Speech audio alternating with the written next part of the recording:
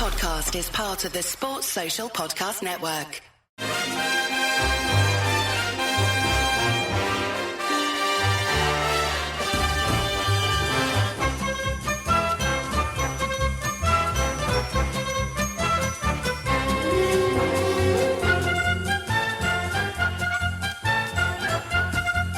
Hello everyone, I'm Chris Wynn and welcome to How We're the Podcast, and it's good to be back in the hosting chair. I'm sure Gav got sick of his voice again over the past week, but I do return as Sunderland continue to do what we do best at the Stadium of Light, which is of course scoring last minute winners.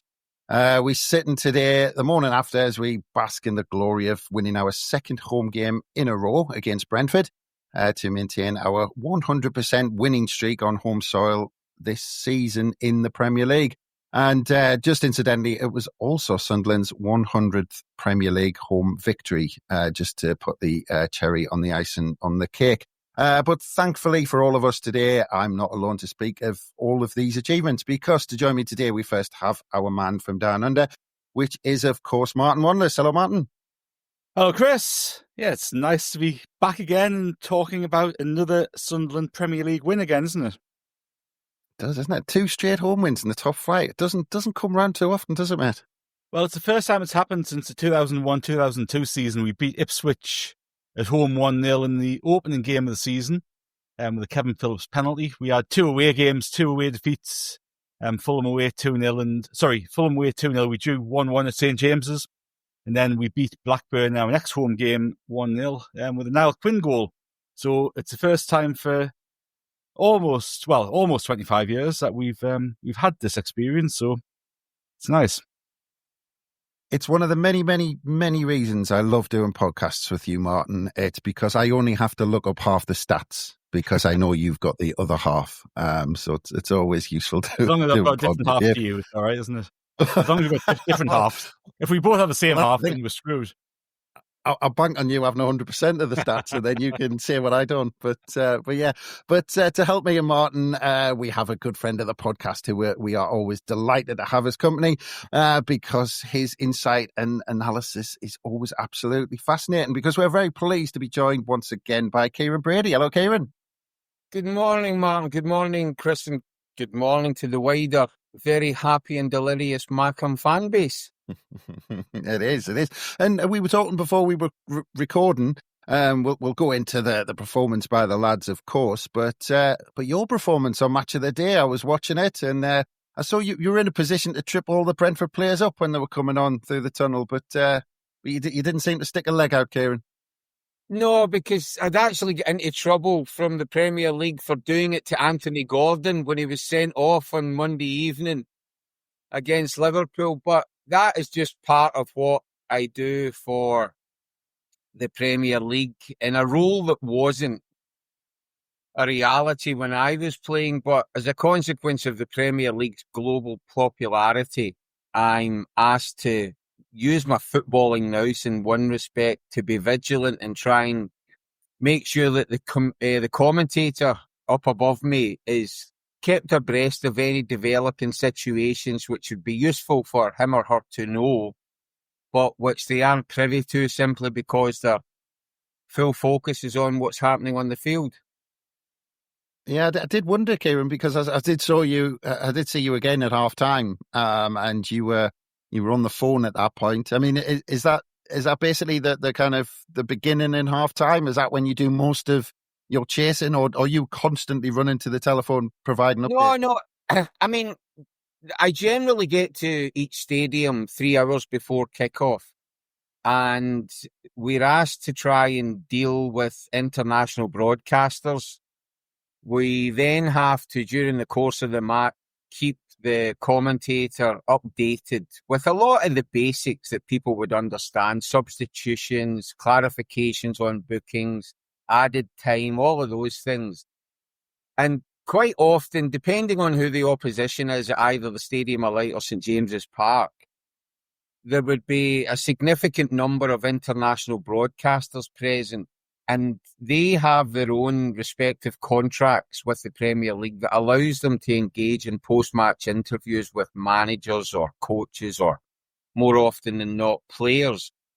And I suppose what demonstrates the polar opposites of the job would be the game on Monday night at St James's between Newcastle and Liverpool, where we had countless international broadcasters from as far away as the Far East and South America, to the game yesterday where there wasn't any significant presence because, with the greatest respect, Sunderland Brentford isn't one of the more alluring and attractive propositions for. I don't know what you're talking about, Kieron. Well, who knows? Maybe in a year or two or whatever. But so yesterday was pretty quiet in my respective capacity. But of course, the fact that the game took off in many respects from about the 75th minute onwards meant that it's always got the potential to become quite chaotic, because that's when, in the aftermath of a goal being scored, they might make a double substitution, and you always need to be vigilant for not so much who's going on, because by your own eye line you can generally see that quite quickly, but you never ever really know who's going to be coming off until perhaps you have good lines of communication with the fourth official or with the coaching staff within each of the dugouts. So it's watching football and getting paid, and who can complain about that? But you do have to be on the ball and vigilant. In fact, there's probably some Sunderland fans think that I move more doing what I do now than I did when I used to play. Well, I was going to say, just because I'm a mackem who works with Americans, do they quite often need a translation with your Scottish accent when you're sending information through? No, over the years I've managed to subconsciously become much more adept at enunciation. So I'm here now with my Oxford and Cambridge graduated accent. Don't tell anybody in Glasgow. I'll be completely ostracised. But there you go. Well, man for all occasions. Yeah, we can say your Edinburgh accent. Maybe we can go with, rather than Oxford and Cambridge. Yeah, we'll go with that.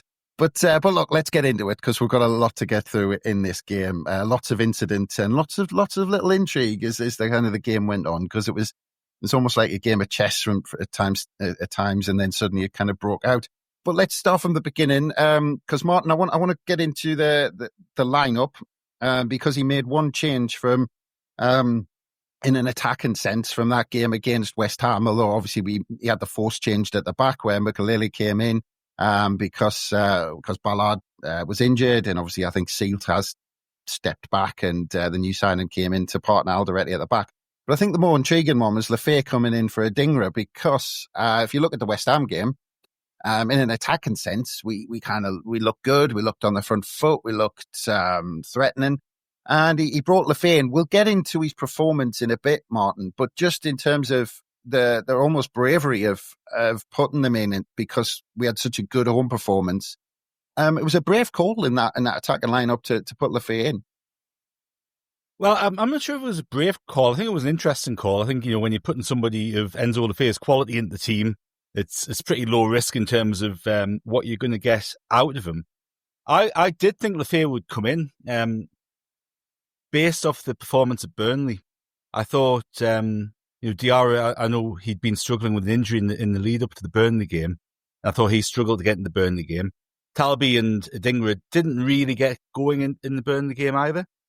And I thought Lefebvre would come in. I actually thought he might come in for Talby and Adingra go over onto the right hand side. But look, I wasn't surprised to see him in at all. And I think the way that Brentford had played against Aston Villa, when they almost played like Burnley played against us last week. They let Aston Villa have a lot of possession, let Aston Villa try to break them down, and then hit them on the counter and actually got the goals that way and beat them. And we had a similar situation at Burnley last week, where Burnley let us have a lot of possession, which we don't tend to like, having too much possession in the game.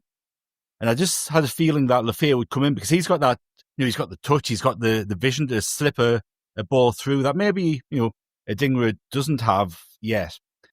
So look, I thought it was a good decision. It was probably risk free, really, because Lefebvre's played out there on the left for a lot of the second half of last season when he was here, has done pretty well. So we know what we're getting with him out there.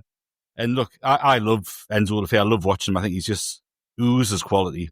And I think we just have to find a way to get him into the side. And look, he again, we'll get into his performance shortly, but he paid dividends, didn't he?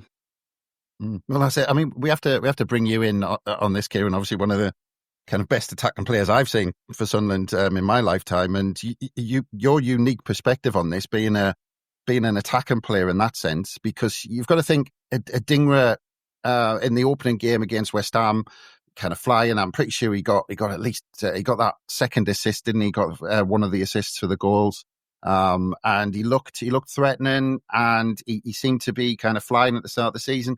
Then you've got an away game, which is and you can tell us all about it, but surely a different perspective from a winger's perspective, where you've maybe got to think about what's behind you rather than what's in front of you. And then he might have been thinking, right, there's another home game to come. Right, I've got another chance now to do what I do best and go forward and go forward with the ball. Yeah. I mean, again, we'll go into Lafay's performance and what the consequences were. But as a winger, you've got to be kind of disappointed when you think, right, here's my chance at home where we're on the front foot, and then he doesn't make the starting 11. I think that it's indicative of the modern game where there is very much a horses for courses approach. And I understand the point that's been made about what generally comes with a home match in comparison to an away fixture. But I do think you have to look at the setup, look at the opposition, and look at the direct opponent. Because, of course, when they went to Burnley, it was Kyle Walker who was playing at right back. But I think that,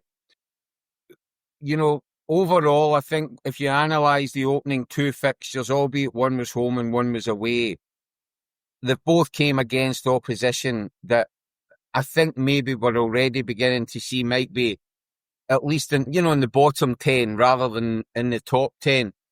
And I think if you could simplify the distinction between the attributes of Adingra and Lafay, it would be one of which would be that one's a very head-up player and one's a very head-down player.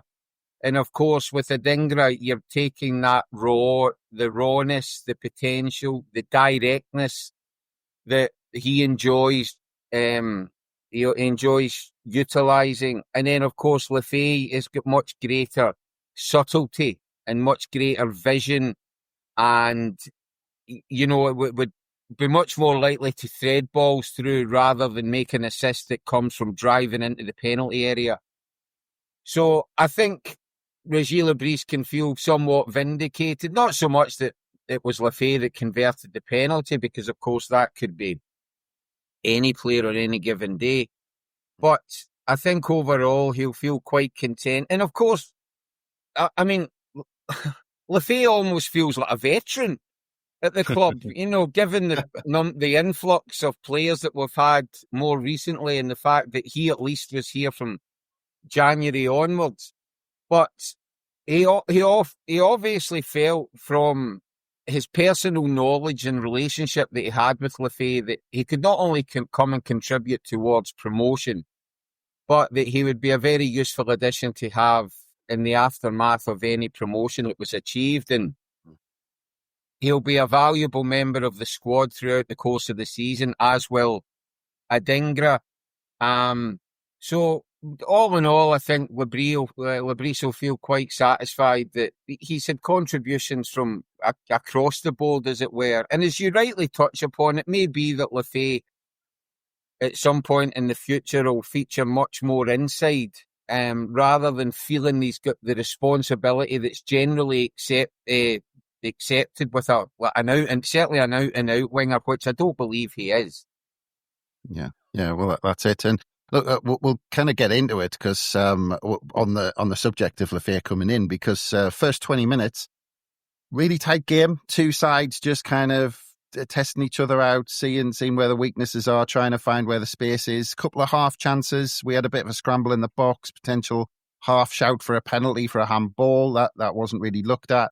But just going in that first 20 minutes before we get into the real big opening incident of the game, Martin, a couple of things that kind of stood out. And the first one, in terms of Lafayette being on that left-hand side, was Ronaldo down that left-hand side was essentially that winger.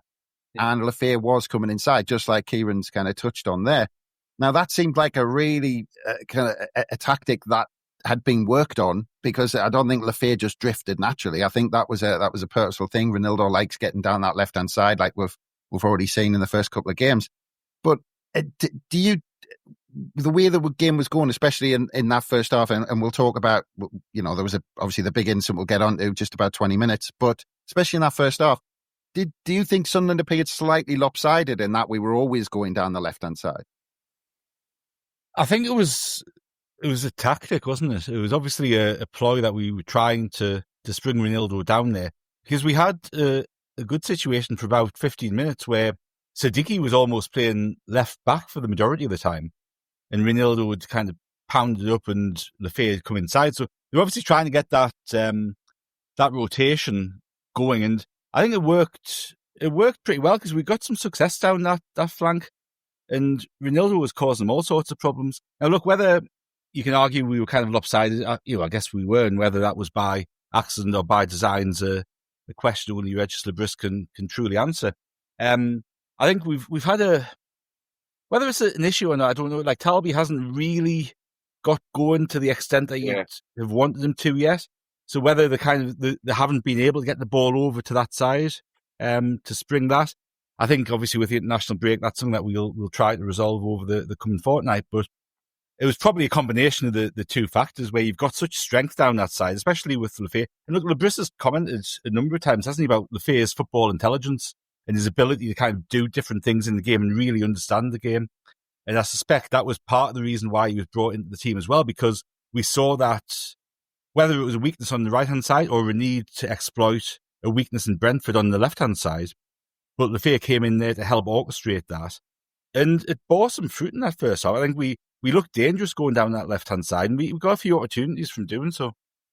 Yeah, I mean, it'd be interesting to hear what your thoughts on that, Kieron, because, like I said, we had two very different flanks, and I thought if you were Jameson Talby as a winger, you'd be very frustrated, because it was a more traditional full-back winger relationship on that side than there was on the left-hand side. And from a winger's point of view, you'd be frustrated that the ball didn't seem to go out to the right-hand side all of that much. Now, do you think, like Martin's touched on that, do you think that was just purely the way the game went and players just ended up gravitating towards the left, or it was something the manager instructed them to do? No, I mean, I hear this quite often as if it's some form of design, and I don't believe that it is for the most part, because I think you run the risk of undermining the abilities and the feelings, if you like, of anybody that's playing on the side where the ball isn't featuring as prominently. But I would be very much aligned with Martin insofar as Talby. We've not really seen enough yet from an attacking perspective from him. Now, that's not to say it won't come in the future, but I definitely think that Ronaldo has got a lot to offer. I love his conviction in what he does. I love his drive, his fitness, his work ethic. He's got attributes both going forward and defending. His fitness levels are exceptionally high and they're put to good use. And he's been a wonderful acquisition. And in many respects, it begs the question as to why Sunderland, got such a good deal with him, because when I'd heard about the potential acquisition before it happened, I was perhaps thinking that this is somebody that has been completely out the picture at Atletico Madrid for some time. And I looked at last season's statistics and realised that Diego Simeone had put a lot of trust in him, even if he hadn't been as regular a fixture as some of the other players. But he's been a revelation in many respects. Now, the players that tend to be revelations are the ones who get noticed more, and that traditionally has been attackers. But he's been a real find, and and the others like Talby maybe is at the other end of that particular spectrum. But I think Regis has got enough credit in the bank with the players that he's brought to the club and how they've performed for the broad support to give him that trust that we'll begin to see the benefits of bringing Talby in. But I certainly think that in almost any game, the ball is always going to go down one side more than the other. It's never ever going to be an equal 50% split. And of course, I think a lot of managers now do like the idea of having wide players that have got different attributes. It may be one, and we've seen it with the distinction between Lafay on the left and Adingra, because one's got that raw energy that you expect in youth. Lafay, in the midst of his career, is very much focused on subtlety and vision, and would be much more prone to possession-based football as opposed to Adingra taking chances by going and driving and dribbling. So I think there's a nice mix there overall. The one thing I would add to the opening stages that I don't think should be understated is the contribution of the support. Now, I forever, whether I'm on the BBC or wherever I'm speaking about football, tend to rail against a lot of the baseless cliches that exist within football. But the notion of the 12th man or the 12th person in more egalitarian terms is something that does have a solid foundation. And of course, you can create a great atmosphere just through singing, and wise men say prior to kick-off is something to behold. But 50,000 fans singing wise men say for the full duration will not inspire players. But there was a lovely balance in the West Ham game and yesterday where there was lulls in the atmosphere, quickly followed by an upsurge in the decibel level. And that is what can really get the players motoring and maybe, get them woken up if they've just gone into something of a slumber. And the atmosphere is something that opposition teams are going to have to factor in significantly. Because you have to bear in mind that Sunderland's absence from the Premier League has now spanned almost a decade. And there's a significant percentage of players in the Premier League who have played against promoted teams quite often, but will never ever have came to an atmosphere and an environment like we've witnessed at the Stadium of Light, because it's been raucous, it's been very, very vocal, very inspiring towards the home side. And I think the new players at Sunderland are the beneficiaries of it. And the players who have been relatively oblivious to what exists at the Stadium of Light, at least some of them will have been taken aback by what they've witnessed and what they've endured, if you like, in the opening stages. And I thought Sunderland had the better of the opening period, albeit without creating any clear-cut chances, in the same way that we did, I think it was it Diarra that missed the chance against West Ham? Yeah. There was maybe nothing like that. A few openings, a few balls coming in that Collins and others had to deal with. But I thought Sunderland, with the help of that, because we're in talking about Adingra and talking about Lafay, or debating the issue, we've already covered the 11th man, but certainly the 12th man has a significant part to play this season. Yeah, and just on that, Kieron, just before we leave that behind, because we always like talking about how great Sunderland fans are, of course. But just on that, from your vantage point, right down by the touchline, because what I find amazing when I was thinking about it, when you were talking about this, there was only Trey Hume and Eliza Mayunda in there from last season. Now, The amazing thing for me is you're talking about the atmosphere, which can be generated in any game.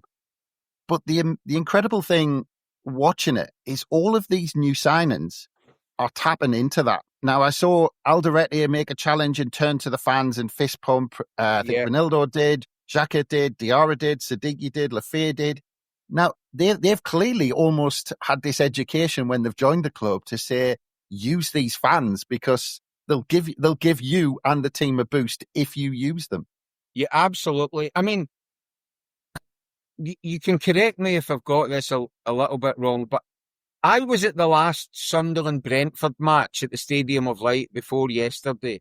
And from memory, it was during the season when the club were relegated to the third tier. And I can't remember specifically whether it was at the time of Simon Grayson or subsequently Chris Coleman. Chris Coleman, I think. The atmosphere was toxic. You know, it was one of the games that I remember from that season where, and it had happened before, Sunderland had either gone a goal down or 2 goals down.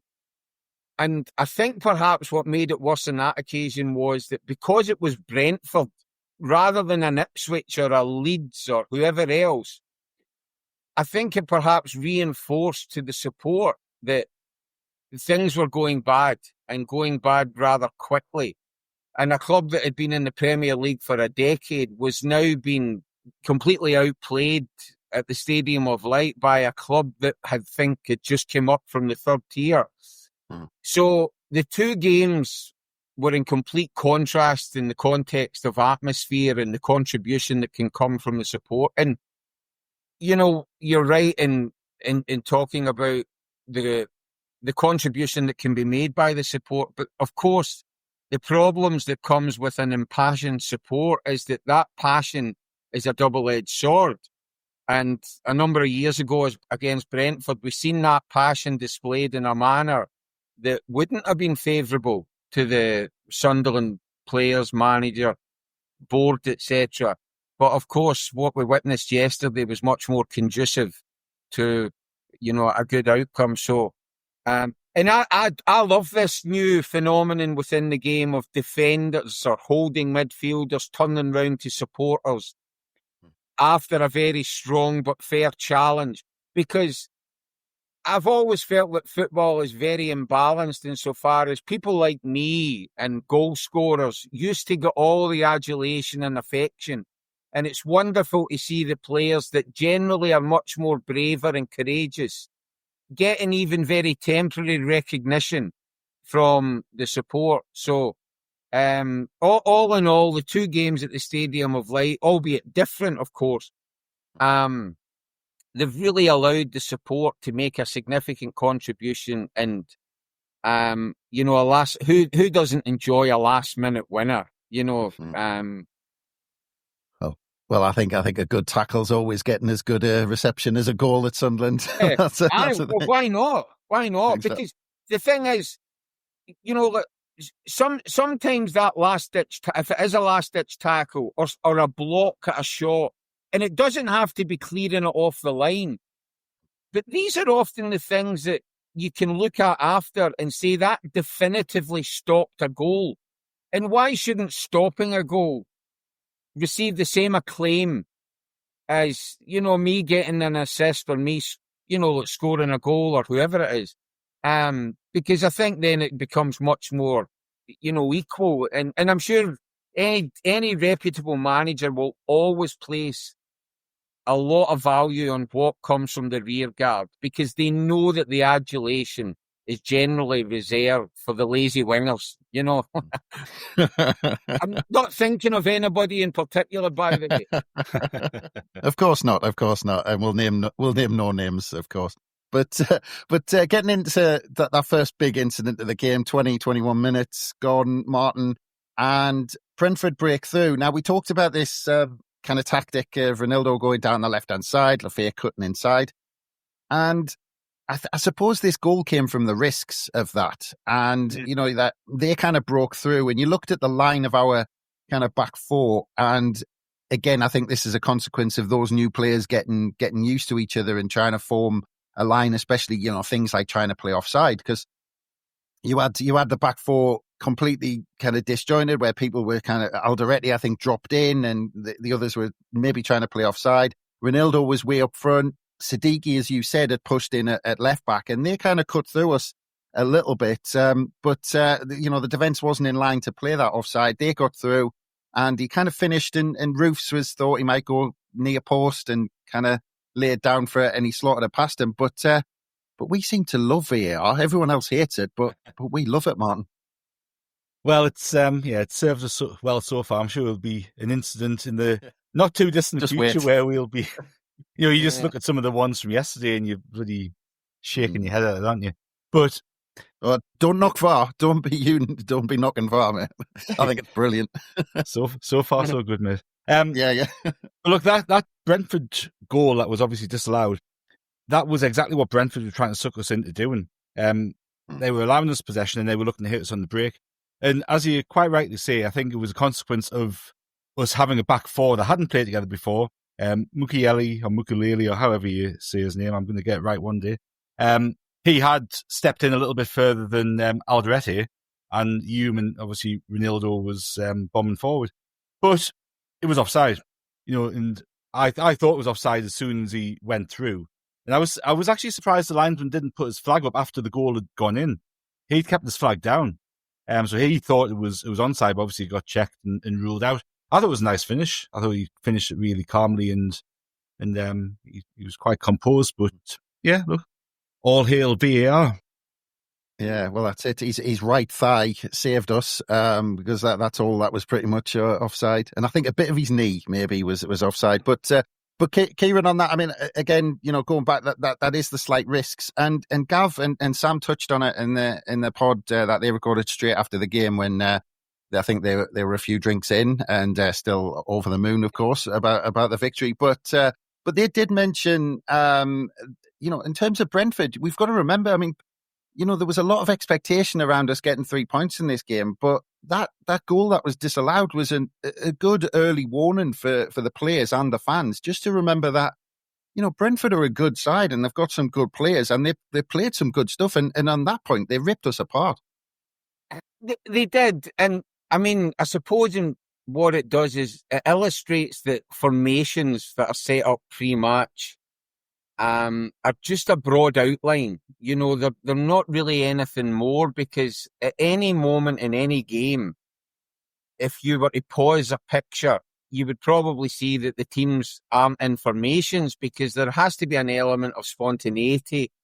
And as you rightly touch on, one of the implications that comes with Ronaldo is that as fit and energetic as he is, he cannot be everywhere at any given moment, and the ball is always going to move faster.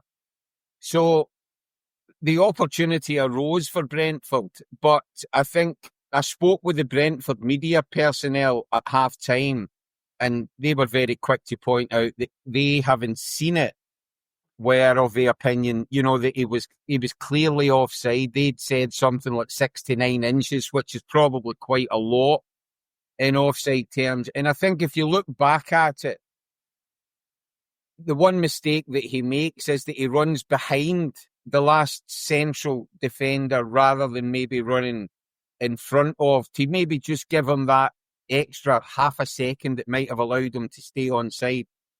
But, it's the right decision. And, I'm not necessarily a supporter of VAR, but I'm a strong defender of it, insofar as why it's been introduced, because it gets the overwhelming majority of decisions right. And the majority of the decisions it gets right don't tend to get focused upon. It tends to be the ones that are drawn out or potentially wrong, or at least open to interpretation. But, VAR's been a success by any measure, given what it was introduced for. But of course, there's work that can be done on it. And I know that Danny Murphy and Stephen Warnock were speaking about the possibility of ex-players being introduced to maybe give opinions on what would amount to the spirit of the game rather than any breaches of the laws, because obviously the match officials know this better than players or coaches or managers.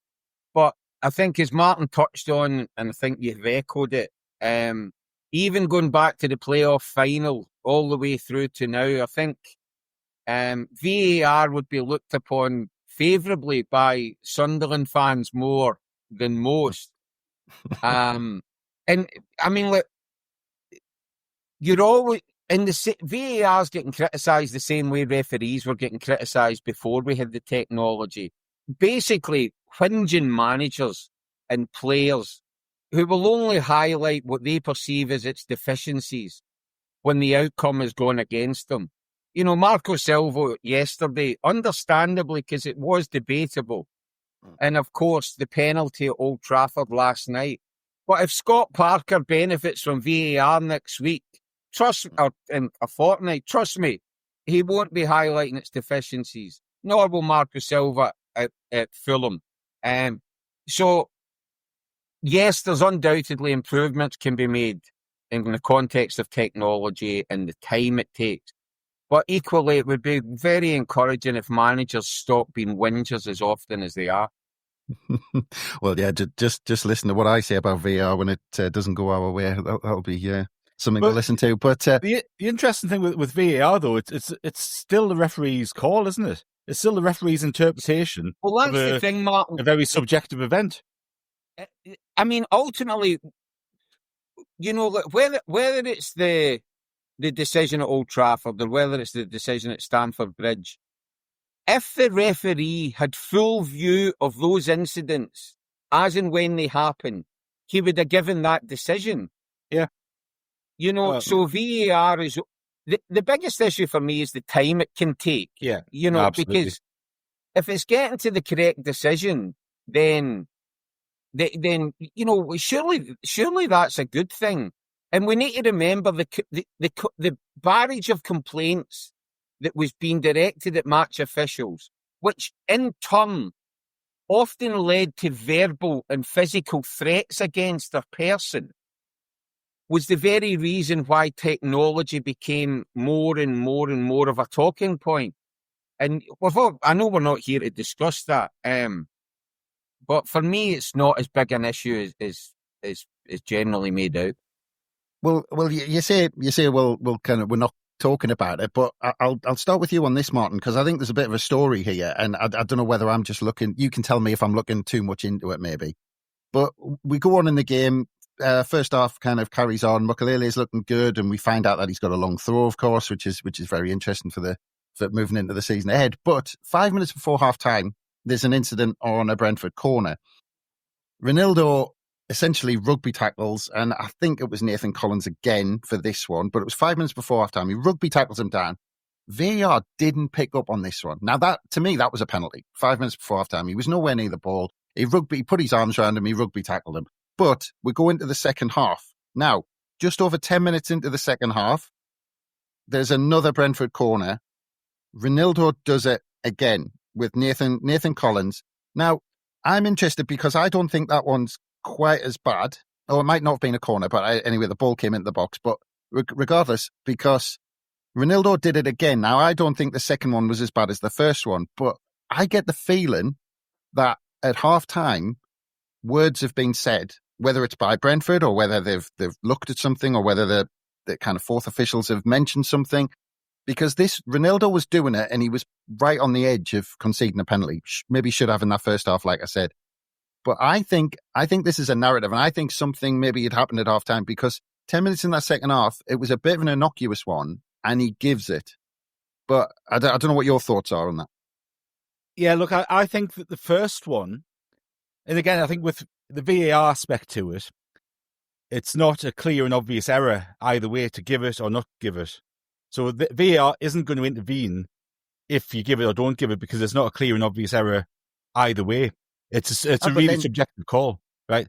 But then you talk about the Fulham game, and they stepped in when the referee hadn't kind of waved it off. No, I think that's part of the frustration of football fans watching VAR being implemented, is because it's not necessarily being implemented consistently. But look, the penalty incidents that we're talking about, I actually thought the first one, I thought the first one was a real sort of 50-50 one, because I thought the Brentford defender was pushing and pulling Ronaldo before he goes past him, and then Ronaldo gets him down.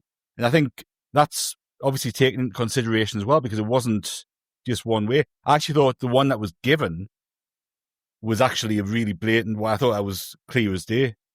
So I've got a slightly different opinion of it as you have. But I thought that was really clear, but I thought it was still soft, because I think it's one of those that you see quite often in the game. And if you give those consistently, as we saw later on in the game, you'll have 2, 3, 4, 5 penalties a game. And I know they're trying to stamp it out, right? So this is one of the things that you see often at the start of a new season, where there's a new rule or the referees are focusing on something, and you get a sort of a wave of penalties or red cards or yellow cards at the start of the season, and then everyone forgets about it and kind of peters out. But I think he's kind of made a rod for his own back in some respects, because after he's given the first one, he kind of has to give ours. But I completely agree that I think either something was said or something was looked at half time that put it into his mind, into Anthony Taylor's mind, that Ronaldo was a bit hands-on and he needed to watch it because he was watching him like a hawk. And I thought it was a clear-cut one. Yeah, I mean, Kieron, you might have more insight into us kind of behind the scenes, but do you think referees kind of look at things or get told about things or talk through things, even with the video assistants, to say, actually, this is a thing we need to look out for it? Well, in the context of what unfolds generally at corners or set pieces from attacking areas, there are coaches who I've heard during the match, just prior to a set piece being taken, relaying to the fourth official that a certain player in the defending team is prone to being too physical. You know, so it might be a designated coach at a club who I will hear and see, go up to the fourth official and just say, the number 9 is all over our centre back, or the number 6 has been far too hands-on, that sort of thing. And it's just really planting that little seed in the minds of officials. Now, that's not to say the fourth official will always relay it to the referee. But I think regarding yesterday, and because we're still, you know, in the opening stages of the season, and this has been introduced, you're going to have to be very vigilant, and there's going to have to be an element of resignation from a defending team that the attacking side has the initiative here, and it can be quite fly and cute about how it goes about things. And, you know, I think that referees, and, you know, Anthony Taylor yesterday, very, very experienced. And I don't think, you know, although there's a lot of toing and froing at a corner kick, he's probably became much more skilled over the years and has the experience now to use his vision well, to understand where certain things are likely to occur in the players that are perhaps likely to be guilty. I think, you know, going back to the notion, and some people would say, well, you know, why was the first one not given? And why is the second one given where it perhaps doesn't seem as obvious?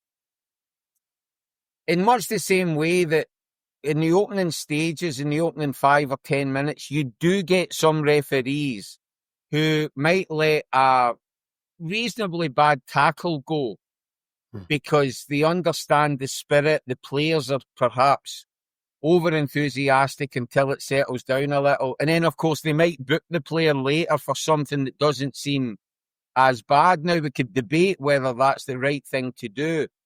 But I think you do get referees that, in trying to understand the emotions of players, might grant a little bit of leeway in some respects. And they might feel then that if whether it's the referee has warned Regis Lebris or said to Ronaldo after the first incident, look, if you're going to conduct yourself like that again, you're leaving yourself open to me having very little option but to point to the penalty spot. And then really, it's really up to the player to think, look, I'm going to have to curtail what I do here, because am I right in saying I think both Brentford's penalty and Sunderland's penalty were given by the referee? You know, it didn't necessitate the involvement of VAR. I'm sure that was there to see if he'd got it wrong. But it just shows that, you know, look, the referee won't be looking at the corner taker. They won't be looking at the flight of the ball once contact is made. It will all be about what's unfolding. And it's a good thing, you know. I mean, it's not just a good thing that Brentford didn't score the penalty, but it's really, really good to make mistakes And it's great to learn when you win. And that mistake hasn't been costly. Because I guarantee you, or I would be very, very surprised if Ronaldo gives away a penalty like that again in the very near future. You know, I think he'll probably be thinking, if the guy gets a free header, I might take my chances that he'll put it over the bar. You know, that sort of thing. Because it's a harsh punishment. You know, 4 out of 5 penalties are scored. And a lot of penalties are given in areas and events where a goal isn't likely to be scored. So giving a penalty away generally means a goal, you know, so it's something that, you know, it takes a lot of work. And the responsibility for Lebris and his coaching staff is to try and make sure Sunderland, if they lose to brilliant goals and brilliant quality and better players and teams, that's fine. You know, you make allowances for that. But all of the little details is where Regis Lebris will earn his money this season. You know, and I mean, I was actually, when Isidor scored against West Ham, I mean, I was thinking, okay, I wish that hadn't went in one respect, because I would rather keep a goalkeeping error for an occasion and a time when it could be very beneficial, rather than just the third goal in the 90th minute of a game that's already won. But I think yesterday, you know, look, and of course you wouldn't think it at the time, but Regis Lebris might now be thinking, and Ronaldo, well, yes, I won't, you know, he won't do this again, or I won't do this again. And yet it didn't prove costly, you know, so, all's good. Yeah, I think that's what Dennis Smith said about the promotion in 1990. I'd rather keep them in my back pocket until it comes at a beneficial time. But yeah, it was a good early lesson for Ronaldo. And interestingly, Luke O'Nien was watching on from the sidelines. So hopefully, he was watching as well. But just in terms of the penalty, Martin, was it a crap penalty, a good save, or a combination of the two? I thought it was more the former than the latter. I thought it was an awful penalty. It was brutally bad. Yeah. It was a little bit like, dare I say it, Mickey Gray's, but maybe a little bit harder than Mickey Gray's. Yeah, slightly harder. But look, great save. Fair play to Roofson. You know, he saved one for a long time. He did. And he waited for him to. I think that was part of it, wasn't it? He was waiting for the penalty taker to kind of commit, and vice versa. The penalty taker was waiting for the goalkeeper to commit. I think the penalty taker got caught in two minds to some extent, but no, it was an awful penalty. And it was one of those when you see that 2-step run up or 1-step run, whatever he had, it was a kind of a stutter, and I hate those. And I just thought, I've got no confidence that he's gonna score this. So, yeah. But, you know, the keeper's got to save it, hasn't he? And he saved it well. But crap penalty. They're the type of penalties that if you're going to use that particular strategy, you know, the 1-step or the 2-step, which generally means you won't generate a lot of power in the same way you would from a longer run-up. If you're going to use that, you absolutely have to score, because your fellow teammates, your manager, your coaches will be much more forgiving if you go up and try and score in a much more traditional or normal manner. But if you're perceived as trying to be a little bit fancy and a little bit look at me, and it doesn't materialise, you know, I would imagine that when they've been in it at full time, he would have apologised to his teammates. Yeah. You know, now there's nothing saying that if he'd scored, they would have been on and won the game, but nevertheless, I think the apology wouldn't have been as much about missing the penalty as about allowing for that impression that he was trying to be quite fancy with it. And he's not the first, and he probably won't be the last. And he might argue that he's converted plenty of them before. But, you know, it's always said that if in doubt, just go up. And if you don't know where it's going to go, then you can't really expect the keeper to have an idea. Although we did see Jensen Silk get incredible power from a one-set penalty on Tuesday night, didn't we? So I'll just He did. just throw that one. For all the good it did. Yeah. Well, that's right. Yeah. Yeah, that's it. Martin, harken back to the days of Julian Dixon and Stuart Pearce, of course. But Martin, I'll stick with you for a minute because I might have my Sunderland supporting glasses on with this one. But this is a minute before Brentford take the lead, and there's a long throw which might give Mugalele the nod over certain players further into the season because he's got that in his locker. But a long throw, and then I think it ended up kind of half clear, and it was chipped to the inside the box. Now, Isidor, who'd come on, and I think actually the two substitutes kind of give us a bit of urgency, actually. Isidor got to the ball first, and Kelleher was behind him and punched Isidor in the back of the head in the box. Now, I've never understood how goalkeepers get away with this because it wasn't much of a shout of a penalty from the crowd or from the players. But I was standing there going, how is that not a foul where the keeper makes no contact with the ball? Isidor gets the ball first, wins it, and is absolutely clattered by the goalkeeper, and nothing's given. I know, and I was waiting for VAR to come to our benefit again on that occasion because people will say, and I've seen post-match commentary subsequently after it, people saying, well, he had his eyes on the ball and he went for the ball. It doesn't matter if the defender slides in with his eyes on the ball, won't get the ball, and does not touch the ball but gets the player first. It's a penalty. So I don't understand why, in the instance of a cross coming over, a goalkeeper coming out to punch, if he punches the attacker before he gets to the ball, that by the letter of the law, that's a foul. But you very rarely see them given. Yeah, I mean, I don't know if this one I don't know if you noticed this one, Kieron, but when Kelleher kind of clattered into Isidor, I was shouting penalty, and I felt I was the only one. Well, I mean, I'll probably have to plead the fifth on this because my vantage point, ground level doesn't really allow for. I noticed that Isidor required some treatment, and even after the match, when he was conducting post-match interviews, he had a bag of ice with him that he was sort of, holding to his jaw. So he'd obviously taken a sore one.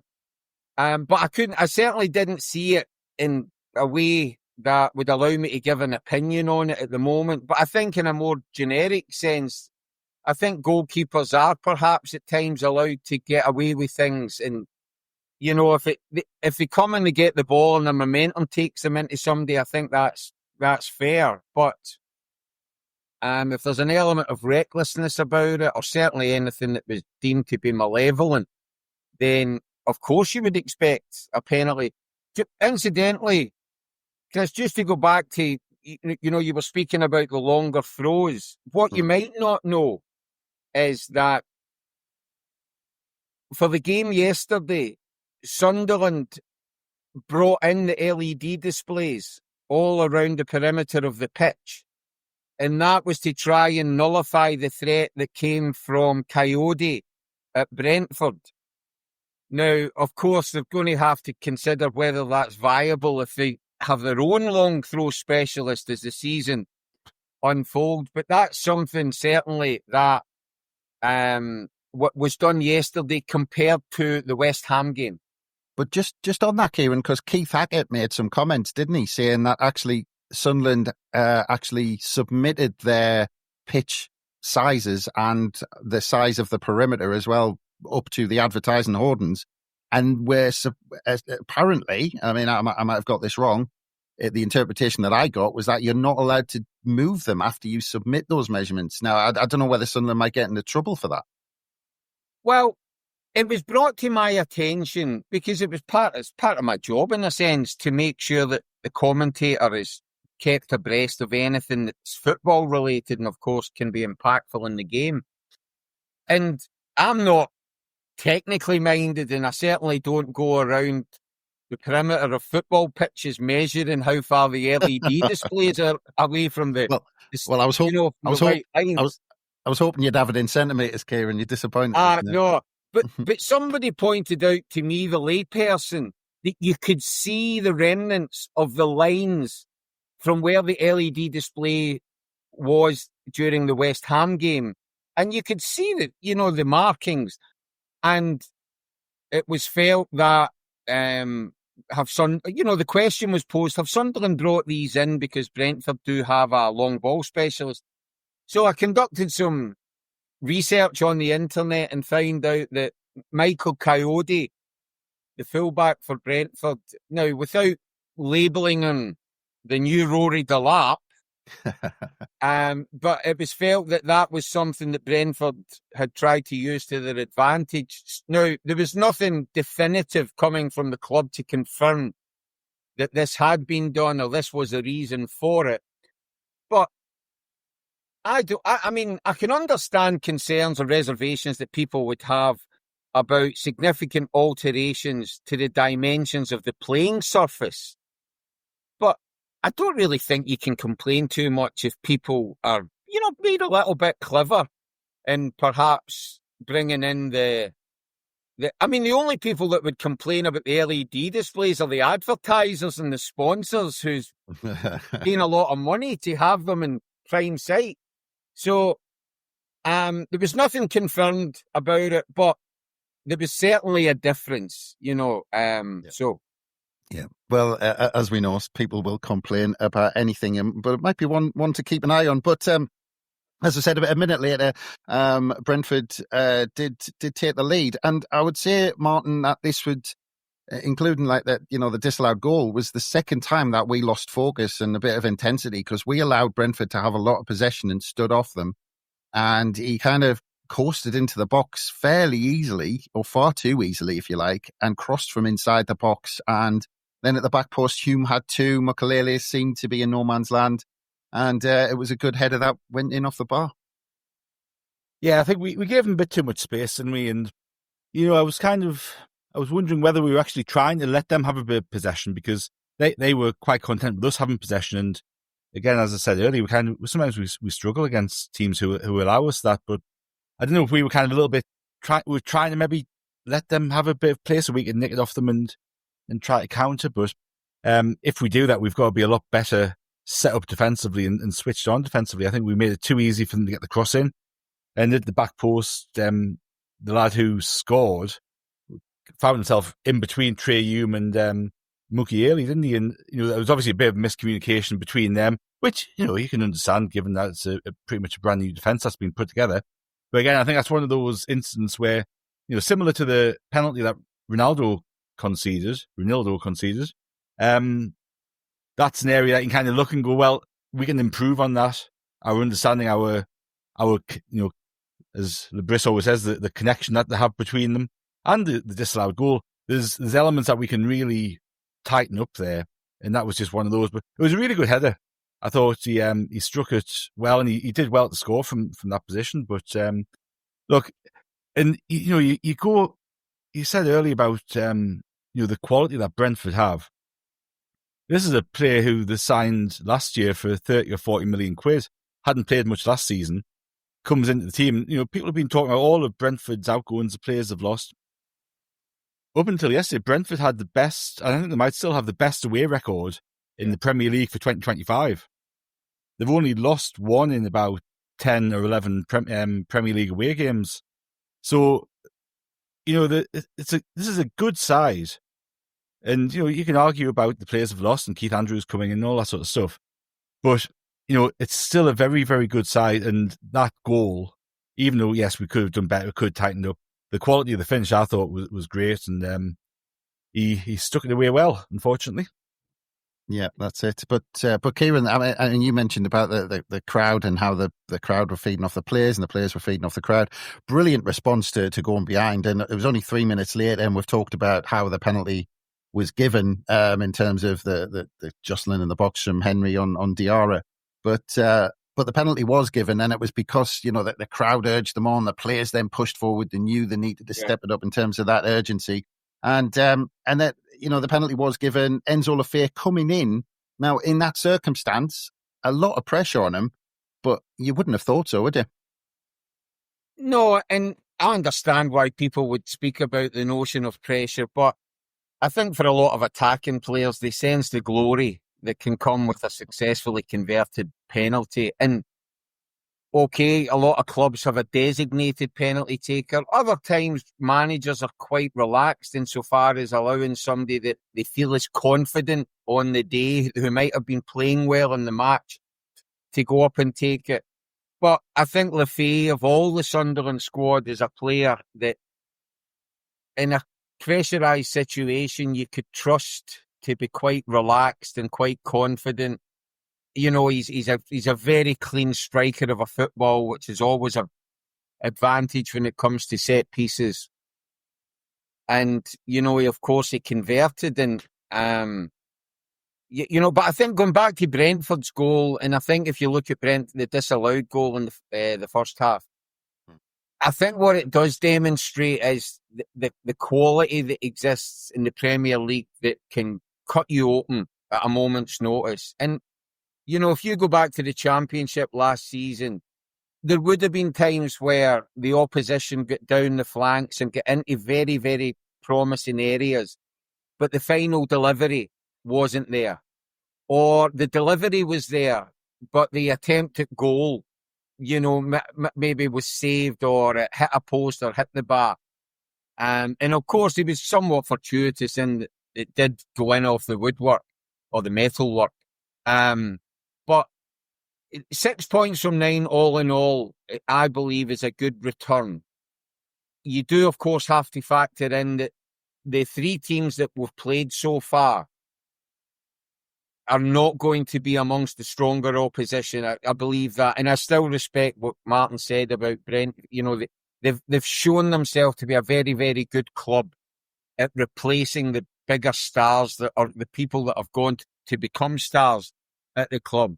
So yes, you know, Thomas Frank is gone, and Mbeumo's gone. Wissa isn't playing because he's the London equivalent. I think Wissa, in Cockney language, translates as Isak in the northeast, because he's obviously hankering after a move, ironically enough, to the club where Isak might be leaving, and I think Norgard went to Arsenal. But Brentford have always been, you know, the main hallmarks of them have been about the collective.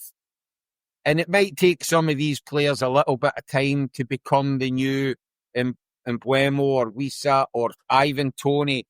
So to that end, maybe Sunderland, the opening 3 fixtures have been, they've been not there for the taking, but they've given themselves a bit of a chance. But of course, you then look at the 3 fixtures in September, and I think we're going up a level in terms of what we're going to face. And of course, two of them's away as opposed to 2 being at home.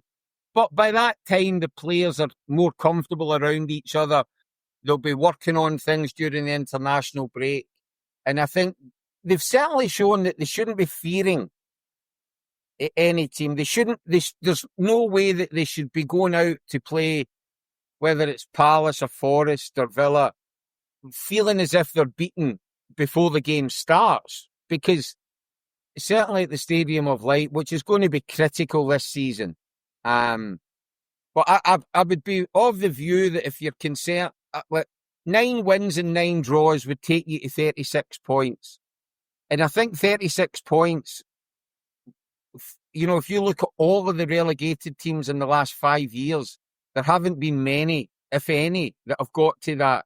So we're already 2 wins down, you know, and of course, you know, Wolves, I'm not saying they're going to be cut adrift, but it's looking as if Sunderland's already got a little bit of distance between themselves and Wolves, if you're going to think in that respect. Yeah.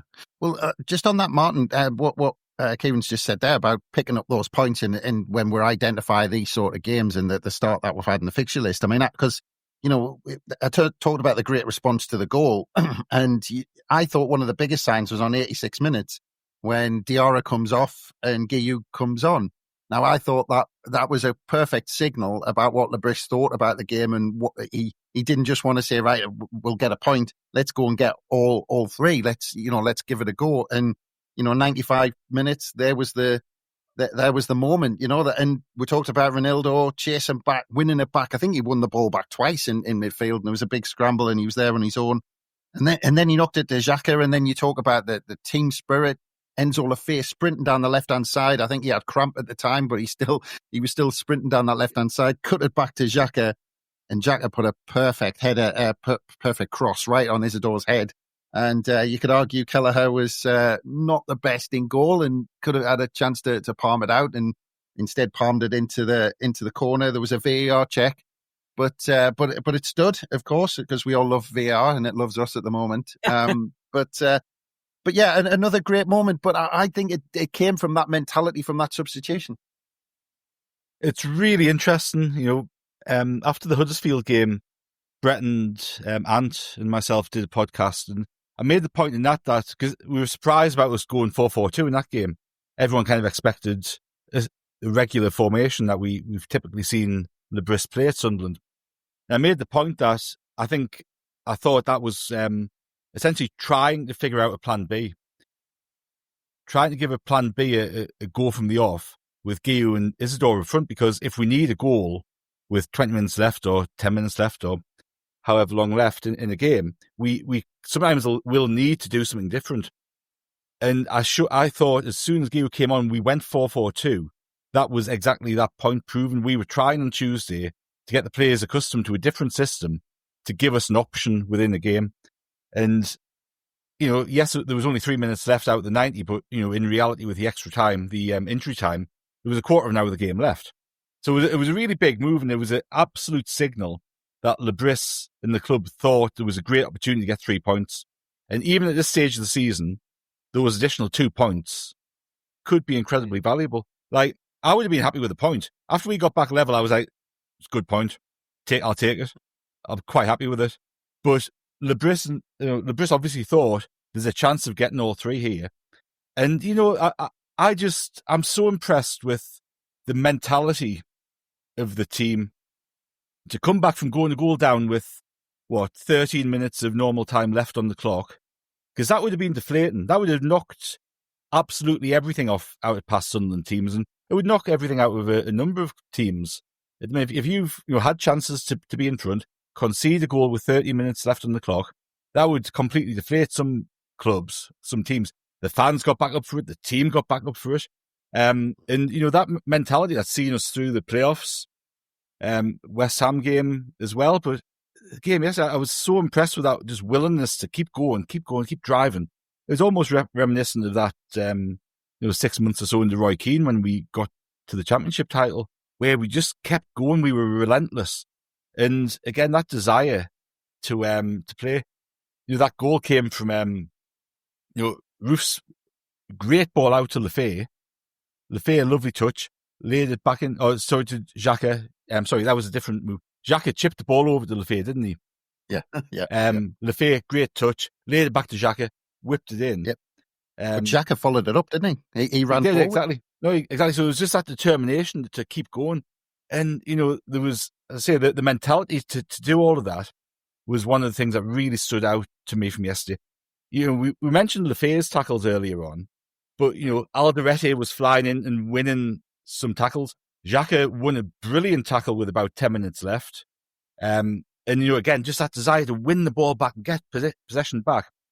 And another thing that really stood out to me yesterday, and we've criticised the team for not doing this on occasion. Look, I'm not advocating harassing referees and haranguing referees and all that sort of stuff. But there was an incident where I think it was Thiago went in on Mukiele and injured him. And immediately, Xhaka and Ronaldo were around the referee, making sure that he knew that was a bad foul. And our players haven't stood up for themselves in the past. We've had a really young team, and they haven't had that. And look, ideally, that wouldn't happen for either side. But the reality is, other teams are going to do it. Other teams do it all the time, and we've not done it. So you've got that coming into it as well. You've just seen that step up in mentality and leadership, which, results in you driving on for that last minute goal to take that opportunity. And I just thought that was, if anybody wants an idea why we signed Xhaka, why we signed Ronaldo, yes, they're great players, and we can talk all day about the footballing ability, but the mentality to keep going and stand up for the team and lead the team, fantastic. And, I think that kind of summarised the whole game, really. Yeah, slightly different to Seb Larson talking to the referee for the full 90 minutes back in the day, wasn't it? It's a different way of doing it. Yeah. But Kieron, just on these three games, as you've quite rightly pointed out, 6 points in these three games. But I think when you look at them, I think it's three really good performances by Sunderland, and there's this side's learning how to play with each other, and I think it's potentially, touch wood, even going to get better, because I think this is only the beginning, that they're still figuring each other out and what runs each other makes, and how, what foot they use for this and how they turn, and it's all these little things that they're still learning from each other. But three brilliant performances. But again, you talked about the opposition. I still think that these games have been very, very close at certain times throughout the game, and it's turned on moments, because that West Ham game, they could have easily, if they're getting an early goal, might have been completely different. The Burnley game, if Mayenda had scored early, absolutely, that could have been completely different. And in this one, if that penalty goes in, completely different again. But as Martin touched on, it's the mentality that, we push on to first create those moments, and then you need to be on the right side to then come out and get the points.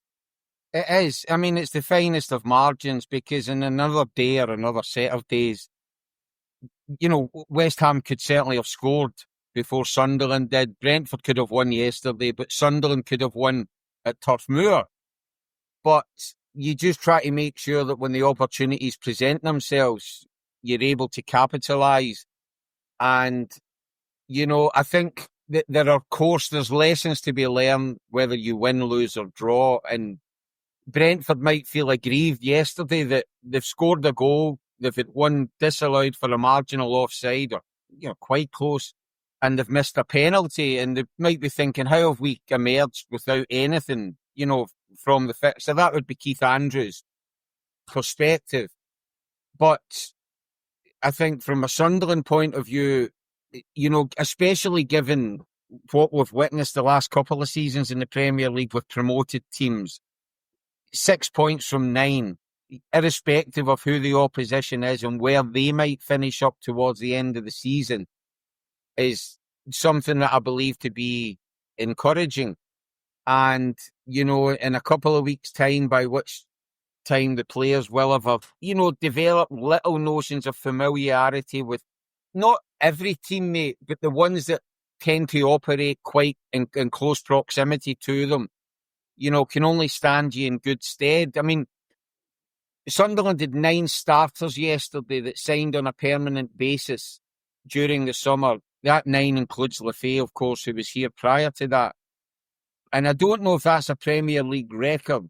And I still think that if you look at Sunderland historically, newness has tended to be a positive, so whether I think the only time would have been when Di Canio brought in a significant number during the close season. But I think, all things considered, newness and the performances of players in the immediate aftermath of arriving has tended to be quite productive.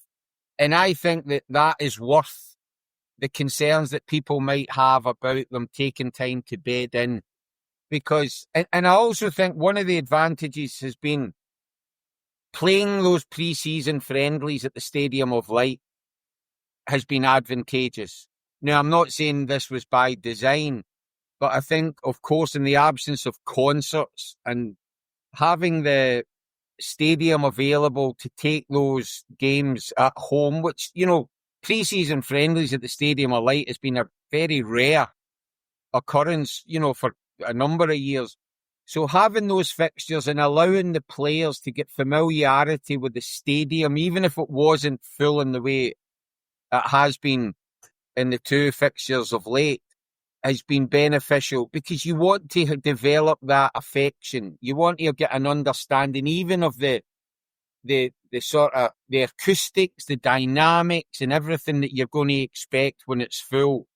So all in all, a very, very promising start. And for me, the most important figure, Sunderland's Premier League status this time next year, for me, is not simply dependent on who's the best performer, because we tend to think of that only in the context of players. It's the performance of the manager and his ability to use horses for courses in a way that vindicates his decisions, and to try and make sure that in areas where you can have a degree of control, it's up to Lebris to make Sunderland fit. There's no excuses for not making Sunderland one of the fittest teams in the league. They might not be the best technically, individually or collectively, but you can make them the hardest working. You can make them the fittest. You can try to encourage the support to be that 12th man on a fortnightly basis. And you put all of those, which some might argue is details, together, that will come to fruition in a way that is productive and promising. And I think, as Martin touched upon, winning the game yesterday, an additional 2 points could be critical, and especially against a team that may well be down there by the time we get to March and April and May. So, all in all, very encouraging. Yeah. And just quickly on that point, Martin, because this might say more about my nature than anything else, but I'm kind of keeping my feet firmly on the ground and keeping the kind of, the keeping my eyes on the prize in terms of staying up. But, would it be unfair for people to raise expectations, or is there an element of wanting to with the club the way it is at the minute? Oh, I think there's the immediate short-term bit to it, and then there's the medium and longer-term bit about what's actually possible with this club, with the foundations that we've built and the trajectory it's on at present. Now, if you say you're keeping your feet on the ground, but you describe the performance of Burnley as brilliant, I would pull you up on that one, because I think... Good? Did I use the word good? I'm not sure. You said brilliant. I wrote it down. All right, okay. Three brilliant performances. But look, I get. I think there's three very similar performances. You're right. Yeah. And as you quite rightly say, each game could have gone either way, and the outcome was based on moments. But look, in terms of getting carried away, it's been it's been a friendly fixture list, if you like, with the fixtures that we've had, but it's also a really high risk one, because if we'd come out with these three fixtures with just 1 point or 0 points, the rest of the season is going to be a struggle. Yeah. You're really up against it straight away. So yes, it's got a lot of potential to accumulate some points early doors, but our season could have been, the story of our season could already be set if we'd lost all 3 games. Yeah. So I think it's really encouraging that we've done that with a team that's still learning who each other is and how each other plays and all that sort of stuff. So I think it's really promising what we can get to. And I think, look, there's obvious areas where we can make improvements. Like, we haven't talked about Eliza Maenda. And I think, I love Maenda. I think he's got huge potential. I think he's a great player. And I said it before the season started, I don't think he's a player you can ask to play centre forward for 38 league games, because I just don't think he's got enough to his game right now to be relied upon to do that. I think bringing him on sub, giving him 20 minutes, he can scare people. You saw one in the first half where he dropped deep, picked the ball up, drove, turned, and went towards goal. That's what he can do. But I think it's actually quite unfair if we do rely on him. So look, I think you can have a different conversation after the deadline tomorrow about what's possible this season. If we land a striker for 30 million, who can come in and is the centre forward. I was going to say the number 9. He's not going to be the number 9, but he could be the regular centre forward who has a great goal scoring record somewhere else. Then your perception of what's possible this season might change a little bit. But at present, I'm still very much going, we need to get, my view, I know Kieron said, 8 wins and 8 draws, or whatever it is, 9 wins and 9 draws. 9 wins, 9 draws. I would say if we get 10 wins and then pick up a few draws, that's kind of, very similar maths logic. But to me, I'm just ticking off 10 wins. I go, we need 10 wins throughout the course of the season and we'll be all right. And to get 2 of them by the end of August, brilliant. Yeah. And very last word from you, Kieron, from a player's point of view, because we're going into the international break on the back of a big moment, big, last minute win, the adrenaline's up. Is that a bad thing? Do the players want to just get back on the pitch and have that momentum, or they're quite happy to get back on the training pitch for a week or so? I think you just accept that that's the way it is. By the time we get to the opening stages of September, there's a traditional international break. Yes, of course, there's the argument that the momentum is with the club, certainly in home games. But I think I don't know how many of them will be away on international duty, so at least they might have minutes to play wherever they are in the world. But it's just something that you come to terms with. There's advantages and there's disadvantages, and the manager will get to work with some of the players in the areas that he feels that little partnerships can develop, and of course maybe letting Reinildo, when he works with him, know that these things just can't be done because they could turn out costly in games. It didn't yesterday, but that's the time that you want to maybe make mistakes so that you can. By the way, I'm trying to prolong this podcast because when I finish, I need to go into this cross trainer for an hour and 10 minutes. Because listen, I work harder now voluntarily than I did when I was getting paid for it. And you might not know that underneath, if I took this T-shirt off and this cap, you would think you were looking at Peter Andre from Mysterious Girl. I wish. You've got everyone under the age of like 25 or something looking on YouTube for Peter Andre Mysterious Girl now. So he's going to. And I don't look anything like that. Yeah. And I was actually having images in my mind on the training ground of Reinildo and Luke O'Nien in those big sumo outfits, just wrestling with each other for a week to get it out their system before we get back on the pitch. But yes, we could talk about a Sunderland victory all day, but fortunately we do have other things in our lives, so we should probably leave it there because Kieron is desperate to get on that cross trainer. So just to say, Martin, thank you very much. Always a pleasure. Very much. And thanks, Kieron. I mean, absolutely fascinating once again to listen to you. So thank you very much for your time once again. Thank you very much for asking me. Cheers. Brilliant. Sorry, Chris, I've got one thing to leave you with, which ventures into on this week territory, but I thought it was interesting. So the goal yesterday was the second latest winner we've ever scored in the Premier League game at the Stadium of Light. It was 7 seconds earlier than Andy Reid's winner against West Ham in 2008. If you remember, there was but the ball came over from the Reid, volleyed it in the back stick against West Ham.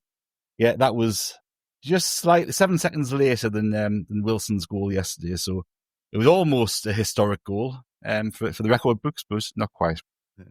Well, that's it. I don't think anybody took in what happened after Isidor's goal, if I'm completely honest, because we all just heard the panic. I would be really, really worried if when Isidor scored yesterday, there was even one Sunderland fan looking at his watch going, do you know, that wasn't as late as Andy Reid's winner.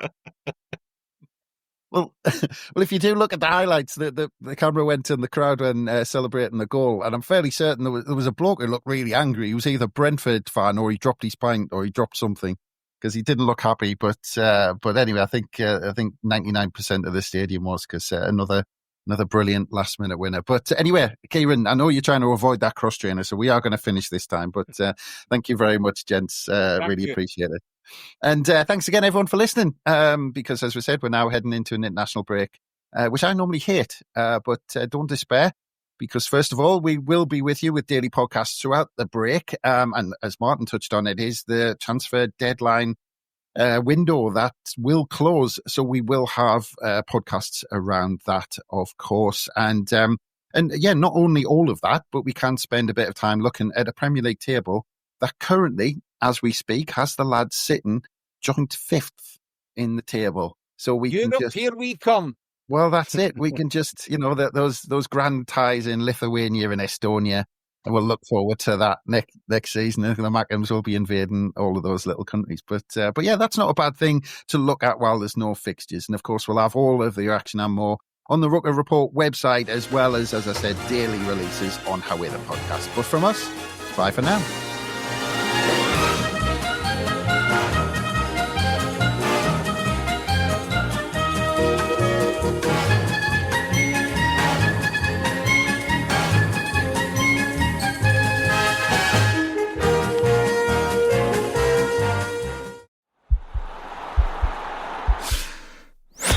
This podcast is part of the Sports Social Podcast Network.